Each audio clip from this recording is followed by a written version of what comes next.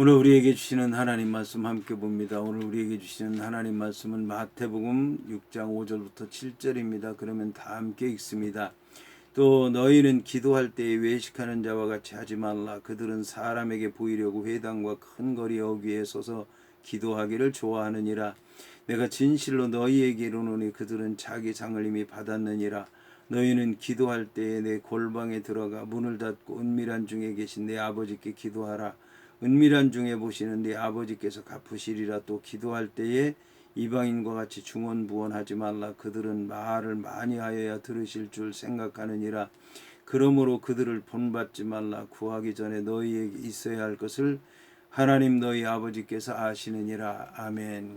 오늘 말씀의 제목은 기도에 관해서입니다. 그러면 오늘 말씀을 통해서 함께 은혜 나누도록 하겠습니다. 이에 본문의 말씀을 보게 되면 또 너희는 기도할 때에 외식하는 자와 같이 하지 말라고 말씀하고 있습니다.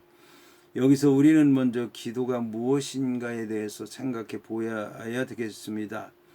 오늘 말씀을 보게 되면 너희가 기도한다는 말씀이 나오는데 예수님께서 말씀하신 것은 예수께서 많은 사람들에게 기도에 관한 말씀을 하셨지만 본문에서는 듣는 사람들 각자가 기도하는 것에 관해서 말씀하셨다는 말씀입니다. 여기서 기도하다라고 하는 단어 프로슈쿠마이는 뭐뭐를 향해서라고 하는 의미를 지닌 프로스하고 원하다 고대하다라고 하는 뜻을 지닌 유코마이의 합성어입니다. 그런데 전치사 프로스는 어떤 한 방향을 나타내는 전치사입니다. 이것은 기도가 하나님을 향한 것이며 하나님께 응답받는 것에만 목적을 두어야 한다는 말씀입니다. 여기서 때라고 하는 단어인 호타는 가정법 현재를 가리킴과 더불어서 사용되는 단어로서 규칙적인 기도가 요구된다고 하는 것을 말하고 있습니다. 여기서 예수님께서는 기도할 때에 외식해서는 안 된다고 말씀했습니다. 그러면 기도할 때에 외식하는 자들은 어떤 자들입니까? 외식하는 자에 대해서 세 가지로 생각해 볼 수가 있습니다. 첫째, 악하면서도 선을 가장하는 유형입니다. 둘째, 자신이 남을 속이고 있다는 것을 알고 있는 사람입니다. 셋째, 자기만족에 도취하여 자기도 모르게 자신을 속이면서 다른 사람을 속이는 사람입니다. 이런 유형의 외식자들은 보통 스스로 경건한 체하지만 다른 사람을 속이지는 못하고 곧 발각이 됩니다. 이 당시 예수님의 책망을 들었던 바리새인들이 자기만족에 도취해서 기도하였던 유형에 속한다고 할 수 있습니다. 외식을 하면서도 하나님과 사람을 위해 스스로 가장 훌륭한 일을 하고 있다고 믿는 유형, 이는 가장 완벽한 위선자입니다. 따라서 이들은 다른 사람들로부터 존경을 받으며 그 행위를 보는 모든 사람을 속일 수 있는 것입니다. 여기서 되지 말라고 하는 말씀은 예수님께서 말씀하신 것인데 제자들의 기도를 전제한 표현입니다. 예수는 제자들이 의식적인 기도에 빠지지 않도록 허황된 위선에 대해서 본문의 말씀을 통해 경고하신 것입니다. 특별히 되지 말라고 하는 말은 강한 의지를 내포하고 있는 단어로서 되지 말라는 경고를 받은 이후부터 절대 그 같은 잘못을 범해서는 안 된다고 하는 것을 강조하는 것입니다. 여기서 예수님께서는 그들은 사람에게 보이려고 회당과 큰 거리 어귀에 서서 기도하기를 좋아하기 때문이라고 말씀하셨습니다. 여기서 회당과 큰 거리 어귀는 사람들이 많이 모이는 장소로서 1차적으로 외식하는 자들이 자신의 경건 생활을 사람들에게 알리려는 장소로 택해서 기도하고 있다고 비난받은 내용입니다. 대개의 경우 유대인들은 하루 3번씩 회당에 올라가 기도를 드렸습니다. 만약 외출 중에 기도 시간을 맞게 되면 길가에 서서라도 기도하는 열성을 보였습니다. 이처럼 그들의 행위가 처음 의도는 순수했지만 시간이 지남에 따라서 외식으로 흐르는 경향이 있었습니다. 기도 시간에 일부러 외출해서 사람들이 보는 앞에서 기도하기를 좋아하는 자들이 생겨난 것입니다. 그러나 기도는 오직 하나님과 자아와의 순결한 만남의 장인 것입니다. 그러므로 하나님과의 교제 그 자체가 목적이 아니라 기도를 통해서 명성을 얻고자 하는 것은 금을 주고 도를 사는 어리석음을 범하는 것이며 나아가 창조자의 순결한 사랑을 인간의 음흉한 위선의 도구로 전락시켜버리는 범죄를 저지르는 것이 되는 것입니다. 이처럼 예수님께서는 기도의 장소나 자세 등을 문제 삼아 그들을 책망했다기보다는 그들의 기도의 동기와 목적이 불순했다고 하는 것을 드러내신 것입니다. 그들은 기도를 통해서 진실로 하나님께 호소한 것이 아니라 사람들로부터 경건하다는 칭찬을 들으려고 외식하는 자세로 장황하게 기도했던 것입니다. 이 가운데서도 예수님께서는 서서 기도하는 것에 관해서 말씀하셨습니다. 여기서 기도의 자세와 관련해서 성경에 언급하고 있는 몇 가지를 알아보도록 하겠습니다. 첫째, 엎드려서 하는 기도가 있습니다. 민수기 16장 22절의 말씀을 보면 그 두 사람이 엎드려 이르되 하나님이여 모든 육체의 생명의 하나님이여 하나님이 한 사람이 범죄하였거늘 온 회중에게 진노하시나이까 라고 되어 있습니다. 다니엘서 8장 17절을 보게 되면 그가 내게 말할 때에 내가 얼굴을 땅에 대고 엎드려 깊이 잠들매 그가 나를 오르만져서 일으켜 세우니라고 말씀하고 있습니다. 요한계시록 11장 16절을 보게 되면 하나님 앞에서 자기 보좌에 앉아있던 24장로가 엎드려 얼굴을 땅에 대고 하나님께 경배하였더라고 말씀하고 있습니다. 둘째, 무릎을 꿇고 하는 기도가 있습니다. 역대기 하 6장 13절을 보게 되면 솔로몬이 그 위에 서서 이스라엘의 모든 회중 앞에서 무릎을 꿇고 하늘을 향하여 손을 폈다는 말씀이 있습니다. 누가복음 22장 41절을 보게 되면 그들을 떠나 돌 던질 만큼 가서 무릎을 꿇고 기도하였더라고 말씀하고 있습니다. 사도행전 9장 40절을 보게 되면 베드로가 사람을 다 내보내고 무릎을 꿇고 기도하고 돌이켜 시체를 향하여 이르되 다비다야 일어나라 하니 그가 눈을 떠 베드로를 보고 일어나 앉은지라고 말씀하고 있습니다. 셋째, 앉아서 하는 기도가 있습니다. 사무엘하 7장 14절을 보면 다윗 왕이 여호와 앞에 들어가 앉아서 이르되 주 여호와여 나는 누구이오며 내 집은 무엇이기에 나를 여기까지 이르게 하셨나이까 라고 말씀하고 있는 것입니다. 넷째, 서서 하는 기도가 있습니다. 사무엘상 1장 26절을 보게 되면 한나가 이르되 내 주여 당신의 사심으로 맹세하나이다. 나는 여기서 내 주 당신 곁에 서서 여호와께 기도하던 여자라고 말씀하고 있습니다. 마가복음 11장 23절을 보게 되면 서서 기도할 때에 아무에게나 혐의가 있거든 용서하라 그리하여야 하늘에 계신 너희 아버지께서도 너희 허물을 사하여 주시리라고 말씀하고 있습니다. 그러나 여기서 문제가 되는 것은 기도의 자세가 아니라 사람에게 보이려고 하는 사람들의 헛된 동기인 것입니다. 사람에게 보이려고 회당과 큰 거리 여기에 서서 기도하는 기도의 동기를 문제 삼으신 것입니다. 이에 예수님께서는 내가 진실로 너희에게 이르노니 그들은 자기 상을 이미 받았느니라고 말씀하고 있습니다. 외식하는 사람들의 관례를 따라서 기도 시간인 오전 9시 정오 오후 3시에 맞추어 사람들이 많이 모이는 공공장소에 나아가 수려하고 장엄한 언어로서 기도한 것 같습니다. 그렇게 해서 사람들의 영광을 받았기 때문에 하나님은 그들의 기도를 들어주실 여지가 없었던 것입니다.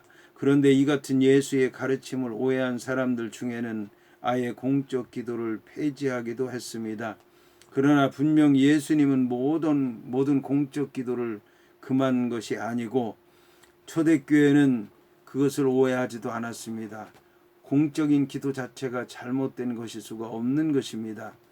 그러나 어떤 면에서는 공적인 기도와 사적인 기도의 구분이 기도하는 사람의 동기를 판단하는 좋은 기준이 될 수도 있을 것입니다. 왜냐하면 하나님의 인정보다 사람의 칭찬에 더 관심 있는 사람, 곧 경건보다 경건으로 인한 명성에 더 관심이 있는 사람이 사적인 기도는 무시한 채 공적인 기도만 추구할 경우가 있기 때문입니다. 이러한 외식을 피하는 가장 좋은 방법 중 하나가 다음에 이어지는 골방 기도입니다. 여기서 예수님께서는 너는 기도할 때에 내 골방에 들어가 문을 닫고 은밀한 중에 계신 내 아버지께 기도하라고 말씀하셨습니다.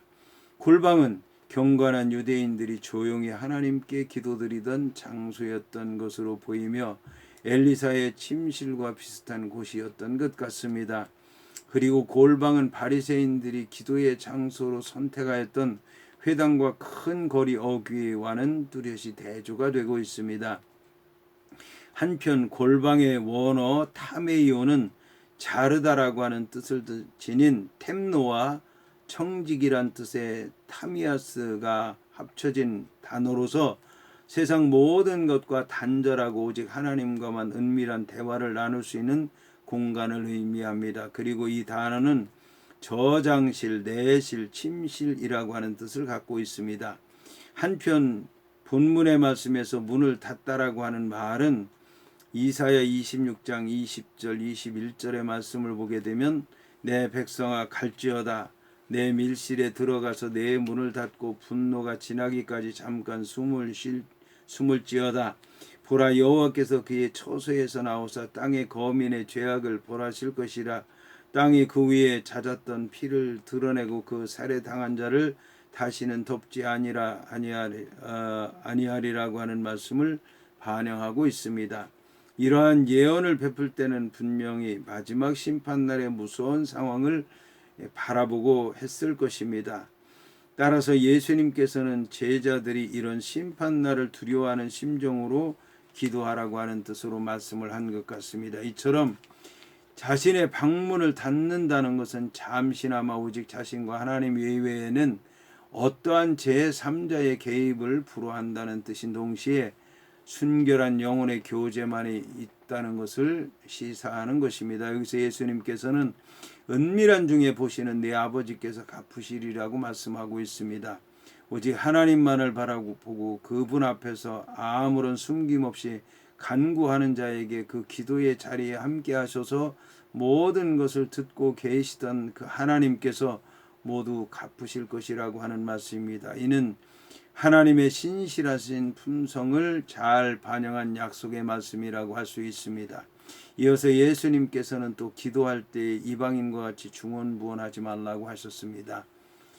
오늘 말씀에서 이방인과 관련하여 갈릴리 지방은 이방 지역과 인접해 있었기 때문에 자연적으로 이방인들의 출입이 잦았고 심지어 이방인들과 섞여 살기도 했습니다. 따라서 갈릴리 사람들은 이방의 풍습에 익숙해 있었을 것입니다. 이러한 이유로 해서 예수님께서는 자연적으로 앞에서 바리새인과 서기관들의 외식적인 행동을 비난하는 것과 더불어서 바른 신앙 생활을 가르치셨던 것 같이 이방인들의 잘못된 종교 관행을 빌어서 참된 기도의 자세를 가르치신 것입니다. 물론 차이점이 있다면 바리새인들에 관해서는 기도의 장소와 그 동기적 측면이 강조된 것이라면 이방인과 관련해서는 주로 기도의 내용적인 측면이 강조되었다고 할 수 있을 것입니다. 여기서 중언부언이라고 하는 말은 잡다할 정도로 말을 길게 끌거나 아무 의미 없는 말을 거듭 반복하는 것이라고 할 수 있습니다. 사실 이방인들은 이와 같은 주문과도 같은 내용을 지겹고도 공허하게 계속 반복함으로써 그들의 신을 질리게 만들었습니다. 열왕기상 18장 26절부터 28절까지의 말씀을 보게 되면 그들이 받은 송아지를 가져다가 잡고 아침부터 낮까지 바알의 이름을 불러 이르되 바알이여 우리에게 응답하소서 하나 아무 소리도 없고 아무 응답하는 자도 없으므로 그들이 그 쌓은 제단 주위에서 뛰놀더라. 정오에 이르러는 엘리야가 그들을 조롱하여 이르되 큰 소리로 부르라. 그는 신인즉 묵상하고 있는지 혹은 그가 잠깐 나갔는지 혹은 그가 길을 행하는지 혹은 그가 잠이 들어서 깨워야 할 것인지 하며 이에 그들이 큰 소리로 부르고 그들의 규례를 따라 피가 흐르기까지 칼과 창으로 그들의 몸을 상하게 하더라고 말씀하고 있는 것입니다. 이에 예수님께서는 그들은 말을 많이 하여야 들으실 줄 생각하느니라고 말씀하고 있습니다. 여기서 말을 많이 한다라고 하는 말은 중언부언하는 기도의 방법을 가리키는 겁니다. 그렇다고 해서 기도를 언제나 짧고 간단하게만 하라고 하는 말씀은 아닙니다. 예수님께서도 잡히시기 전날 밤 겟세마네에서 온 밤을 지새우면서 오랫동안 기도하셨습니다. 따라서 본문은 장황하고 긴 기도가 믿음의 순수한 표현이 될 수 없다는 것을 지적한 것일 뿐입니다. 하나님께 합당한 기도는 기도의 길이에 관계없이 그분이 자신의 기도를 듣고 계시며 기쁘게 응답해 주실 것을 믿는 마음으로 간구하는 것입니다. 이에 예수님께서는 그러므로 그들을 본받지 말라고 하셨습니다. 여기서 본받지 말라고 하신 것은 기도를 길게 하거나 반복하게 되면 기도의 효력이 강화되어서 쉽게 자신들의 요구가 받아질 것이라고 하는 미신적인 생각을 가진 이방인들의 어리석은 신앙관에 미혹되어 신앙의 본질을 잊어버리지 말라는 당부의 말씀인 것입니다. 이에 예수님께서는 구하기 전에 너희에게 있어야 할 것을 하나님 너희 아버지께서 아시느니라고 말씀하셨습니다. 이는 기도에 앞서 가져야 할 신앙적 자세를 말하는 것입니다. 하나님은 인격적이시며 전지전능하심으로 우리 자신보다 우리의 형편과 처지를 더 잘 아시고 계심을 알아야 한다는 것입니다. 특별히 본문에서 아시는이라고 한 오이된이라고 하는 단어는 긴밀한 관계성 속에서 이루어지는 직관적인 지식, 인식을 뜻하는 단어입니다. 하나님은 이전부터 그 간구하고 있는 자의 삶에 깊이 개입해 오신 분으로서 그 필요를 잘 알고 계신다라고 하는 것입니다. 그런데 하나님이 그 필요를 모두 알고 계신다고 하는 사실을 오해해서 전혀 간구할 필요가 없다고 생각할 수도 있을 것입니다. 그러나 하나님은 당신의 자녀들과의 인격적 대화를 원하시며 그들이 당신께 대한 깊은 신뢰감을 지니기 원하시기 때문에 그 필요를 구하기를 원하시는 것입니다. 그렇기 때문에 구하는 것입니다. 그러나 이방인들은 이러한 것과는 대조적으로 많은 기도와 많은 노력을 통해 신에게서 탈취하듯 복과 소원을 빼앗아옴으로써 그 간구하는 바를 얻을 수 있다고 본 것입니다. 어떤 사람이 물었습니다. 하나님께서 다 아시는데 기도할 필요가 있느냐? 라고 물은 것입니다. 이에 대해 이렇게 대답을 했습니다. 하나님께서는 우리의 모든 것을 다 알고 계시지만 우리는 하나님에 대해서 아는 바가 없다. 하나님께서 우리를 잘 아시는 것처럼 나도 하나님에 대해서 잘 알고 싶어서 하나님께 기도하는 것이고, 하나님께서 내 목소리만 듣는 것이 아니라 나도 하나님의 목소리를 듣고 싶어서 기도하는 것이고, 하나님께서 내 기도에 다 응답하시는 것처럼 나도 하나님의 말씀에 철저히 순종하고 싶어서 기도하노라고 이제 얘기한 것입니다. 하나님께서 다 알고 계시지만 우리도 하나님을 알고 싶고 하나님의 뜻을 알고 싶고 하나님의 음성을 듣고 싶은 마음으로 기도한다면 기도의 문이 열려지고 기도를 통해서 하나님과 대화하게 될 것이고, 하나님 말씀을 통한 역사가 기도를 통해서 일어날 줄로 믿습니다.